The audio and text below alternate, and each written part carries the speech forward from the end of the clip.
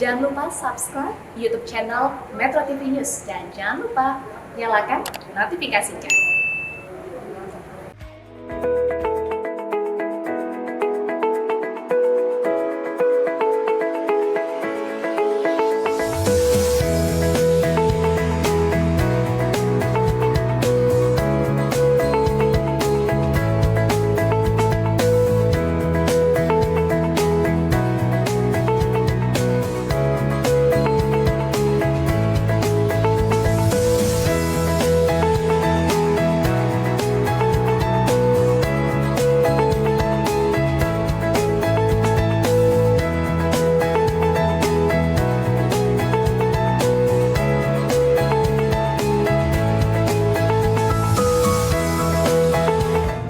Kembali lagi bersama kami di Selamat Pagi Indonesia. Pemirsa, pada April nanti Kementerian Perhubungan berencana akan menaikkan tarif kereta rel listrik KRL komuter lain menjadi Rp5.000 per 25 km pertama dari semula Rp3.000.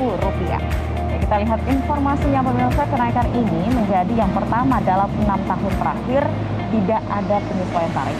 Ada beberapa pertimbangan penaikan tarif ini, diantaranya subsidi pemerintah yang disalurkan melalui metode Public Service Obligation serta pelayanan yang dianggap telah membaik dalam beberapa tahun terakhir. PT Kereta Komuter Lain Indonesia atau PT KCI yang merupakan penyelenggara perjalanan KRL ini akan terus meningkatkan layanan kepada pengguna berupa penambahan unit operasi dan juga kemudahan layanan tiket. Meski demikian, kenaikan ini disayangkan pula karena pengguna KRL sebagian besar mereka yang juga terdampak oleh pandemi COVID-19.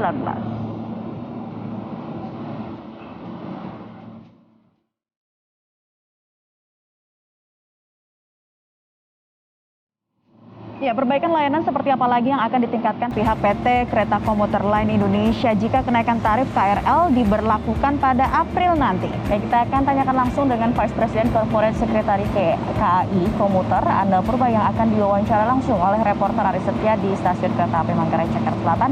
Selamat pagi, Aris. Silahkan laporan Anda, Aris.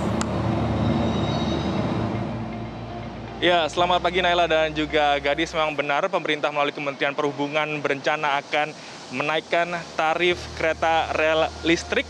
Bahwasannya kenaikan tarif ini bukan tanpa alasan dan sebelumnya juga dijelaskan oleh juru bicara Kementerian Perhubungan, yaitu Adita Irawati, bahwa alasan atau tujuan kenaikan tarif kereta rel listrik ini nanti akan kembali kepada masyarakat sendiri. Seperti apa maksud dari pernyataan tersebut, saya akan coba langsung mengkonfirmasi kepada Vice President Corporate Secretary PT KCI, Ane Purba, yang sudah bersama saya saat ini. Selamat pagi, Bu Ane. Selamat pagi, Metro TV.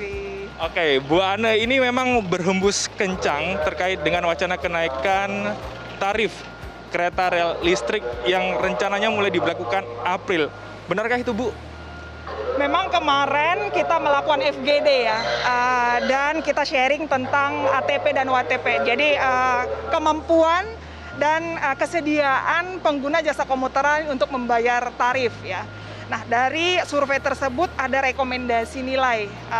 Memang untuk penyesuaian saat ini yang dibutuhkan untuk pengembangan layanan.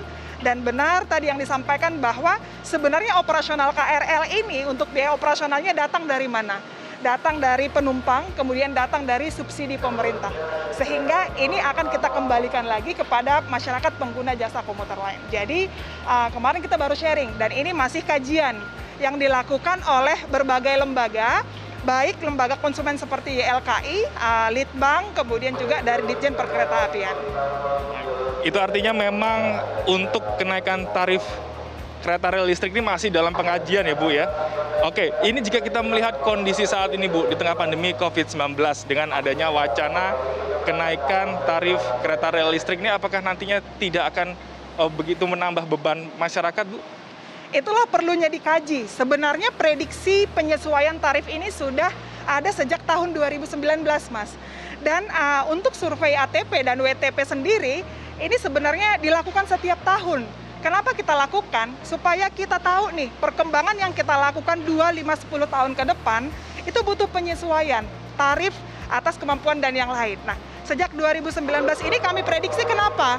Karena pada saat ini pemerintah melalui Kementerian Perhubungan ini terus meningkatkan layanan di bidang khususnya transportasi KRL. Seperti yang kita lihat saat ini salah satu hal sebagai wujud peningkatan kapasitas KRL naik layang di Manggarai. Tidak lagi naik di bawah saja untuk menuju Jakarta Kota. Sehingga ini kan perlu disupport gitu. Kemudian layanan-layanan seperti yang ada di Manggarai ini ya, yang tadinya tangga sekarang diganti eskalator dan lift. Kemudian kita juga saat ini fokus dengan disabilitas dan 15 stasiun kita sudah revitalisasi melalui Ditjen Perhubungan. Jadi hal-hal inilah yang dilakukan terus-menerus sehingga adanya penyesuaian tarif. Mengenai waktu, skema, bahkan besaran, ini justru berdasarkan dari survei-survei yang kita lakukan. Sehingga kalau ditanya apakah ini waktu yang tepat, itulah tujuan kajian dari penyesuaian tarif ini, bahwa waktu, besaran, dan skema itu kita ambil dari berdasarkan survei kepada pengguna jasa komuter lain. Bu Ana, jika kita melihat khususnya terkait dengan fasilitas yang ada saat ini, khususnya di tempat kita berada saat ini ya, Stasiun Manggarai ini, apa Bu peningkatan fasilitas yang sudah dilakukan oleh PT KCI, Bu? Pertama, 5 tahun dulu sebelum adanya program DDT ini ya, double track, salah satunya yang Manggarai ini. KRL itu jumlah perjalanannya masih di bawah 700 ya. Di tahun 2019 sudah di angka 900. 2020, 2021 pandemi ada, jam operasional juga dirubah gitu ya. Tetapi kita bisa menjalankan sampai saat ini lebih dari 1000. Ini hal yang terus dilakukan oleh pemerintah. Salah satunya adalah membangun layang ini supaya kapasitas dan frekuensi perjalanan kereta itu kita bisa tambah. Jadi dari 700 sekarang 1000 itu sudah luar biasa. Stasiun-stasiun saat ini investasinya diarahkan untuk ramah disabilitas. Artinya yang tadi saya bilang bahwa awalnya stasiun-stasiun ini hanya memiliki tangga gitu ya.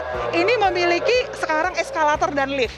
Tentu ini juga kan kembali kepada layanan masyarakat. Kemudian fasilitas lain adalah saat ini digitalisasi, cashless society, kemudian pengembangan sistem, integrasi dan yang lain ini terus kita lakukan, Mas. Sehingga kebutuhan saat ini tentu harus kita survei juga kebutuhan 2-5 tahun ke depan. KRL yang saat ini dioperasikan pasti harus diganti, ya kan? 2-5-10 tahun ke depan kita harus ganti. Kita harus menambah kapasitas karena semakin banyaknya masyarakat pengguna komuter lain ini dari penyangga-penyangga Jabodetabek. Jadi hal inilah yang terus dilakukan pemerintah bekerja sama dengan KAI Komuter, bahwa ya itu tadi, layanan ini bisa kita jalankan itu dari tarif yang diberikan oleh penumpang dan tarif yang di-cover oleh subsidi dari pemerintah, itu kita kembalikan kepada masyarakat.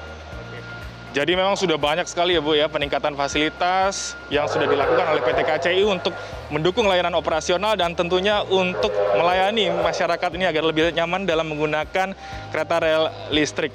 Tapi Bu Ana, ini jika kita melihat fasilitas yang ada di Stasiun Manggarai ini, sebenarnya peningkatan fasilitas yang seperti apa Bu yang benar-benar terasa signifikan bagi penumpang? Yang terasa signifikan pasti yaitu tadi, stasiun ini saat ini seperti Bogor dan Jakarta Kota dilayaninya sekarang di layang ya. Jadi nggak di bawah gitu, di bawah itu yang untuk loop line, kemudian Bekasi. Nah, kalau ini tidak dilakukan bisa dibayangkan 1005 perjalanan kalau di bawah semua. Ya, jadi ini adalah upaya-upaya pemerintah. Nah, Manggarai ini juga tidak hanya dari sisi Manggarai saja, tetapi ini bagian dari double track yang saat ini pemerintah bangun sampai ke Cikarang gitu ya. Nah, kalau ditanya tadi Mas, bahwa dari 700 frekuensi perjalanan misalkan, yang lewat Manggarai pasti saat itu sekitar 60%. Nah, sekarang udah 1005 gitu. Ini dampak dari pembangunan yang dilakukan pemerintah mulai dari stasiun Manggarai sampai stasiun Cikarang. Nah, ini yang kita harapkan dukungan dari masyarakat bahwa subsidi ini harus dinikmati di luar Jabodetabek juga. Kemudian mungkin saat ini sampai Cikarang ada listriknya, ada KRL-nya, mungkin kita berharap ada juga lanjutan dari ini semua. Karena bagaimanapun ini harus berkembang dan tidak hanya di Jabodetabek saja. Dan ini kita harapkan juga ketika memang ada penyesuaian tarif, ini pasti juga kita terbuka sekali dengan masukan. Bahkan kita juga melakukan survei ini kan datang dari masyarakat pengguna jasa komuter lain. Jadi fasilitas, pengembangan layanan, bahkan digitalisasi dan integrasi adalah hal-hal yang terus kita lakukan. Mbak Ana, ini kita berbicara mengenai unit dari kereta sendiri, Bu, ya, gerbong. Ini kan merupakan aspek yang juga sangat penting, Bu, ya, dalam terjadinya proses operasional ini yang nantinya ke depan akan memperlancar proses operasional ini. Ini apakah ada peningkatan, Bu, untuk unit keretanya dan kapan direalisasikan?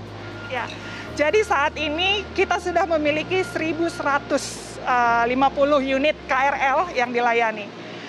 Kalau dari sisi gerbong ya atau kereta, kalau dibilang kereta, ini dulu ketika pelayanan di awal 2017 itu hanya ada SF8, stand formasi 8, artinya satu rangkaian ada 8 kereta. Akhirnya kita tambah dengan bertambahnya penumpang sebelum pandemi 1,2 juta penumpang ya. Yang 8 ini kita tingkatkan menjadi 10 cars, 10 satu rangkaian itu 10 kereta. Sekarang sudah 12 kereta gitu ya. Nah, untuk memenuhi kebutuhan 1.005 perjalanan ya, kita sudah menjalankan sampai 96 KRL. Yang dulunya 1,2 juta penumpang, kita cukup Mas 84 kereta. Tetapi dengan adanya pembatasan, kita jalankan sampai 96 kereta. Nah, ini juga yang kita prediksi ke depan. Ketika adanya penambahan mobilisasi masyarakat, tentu KRL pun perlu ditingkatkan untuk jumlahnya. Bahkan kereta-kereta yang sudah beroperasi misalkan puluhan tahun, ini juga kan harus kita lihat. Tidak hanya di maintenance, tapi harus di-replace gitu. Jadi ini adalah upaya-upaya yang kita lakukan untuk keselamatan dan pelayanan kepada masyarakat. Terkait dengan upaya keselamatan, adanya penambahan jumlah unit gerbong kereta dan kemudian tingginya tingkat mobilitas, ini bagaimana upaya untuk menjamin keselamatan dan keamanan dari penumpang pengguna kereta rel listrik ini, Bu Ana? Operator sarana KRL ini, yang pertama memang yang harus kita utamakan adalah keselamatan. 1.005 perjalanan ini harus selamat. Tentu itu ada namanya teknologi prasarana yang saat ini dibangun oleh pemerintah lewat Dirjen Perhubungan. Kalau frekuensi ini juga tidak selamat, ya Mas.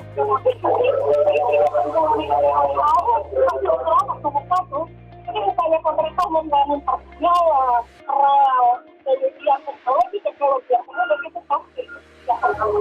Kemudian dari sisi KAI Komuter sendiri sebagai operator, kami harus melakukan maintenance yang mengutamakan keselamatan. Ada harian, ada mingguan, bulanan, bahkan ada overhaul yang saat ini dilayani oleh teman-teman yang ada di Dipo ya. Ini setiap hari, setiap minggu, setiap bulan, bahkan pasti lulus sertifikasi dari kementerian untuk dinyatakan layak untuk dijalankan. Jadi kami sebagai operator perjalanan KRL ini bekerja sama dengan pemerintah untuk meningkatkan keamanan, keselamatan, dan pelayanan kepada masyarakat. Terima kasih Ibu Ana Purba selaku Vice President Corporate Secretary PT KCI sudah berbagi informasi kepada kami. Kita berharap ke depan PT KCI ini bisa terus meningkatkan kualitasnya untuk melayani masyarakat Indonesia.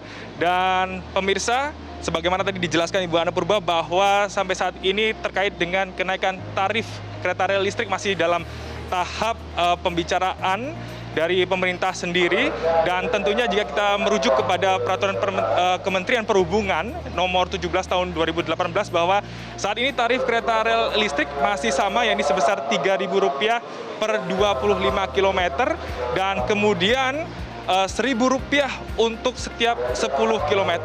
Dari Jakarta, Aris Setia, saya kembalikan ke studio. Baik, terima kasih Ari Setia atas laporan langsung Anda. Selamat kembali bertugas. Pemirsa, usai Headline News pukul 10 waktu Indonesia Barat, Selamat Pagi Indonesia masih akan kembali untuk Anda dengan sejumlah informasi lainnya. Tetaplah bersama kami.